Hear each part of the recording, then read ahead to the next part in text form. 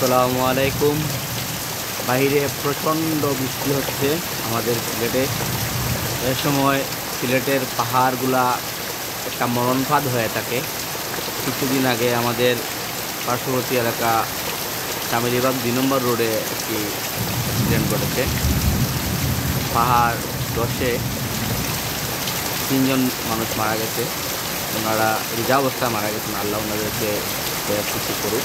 আমরা ওনাদের পারিবারিক সূত্রে জানতে পেরেছি, মিডিয়ার সূত্রে জানতে পেরেছি।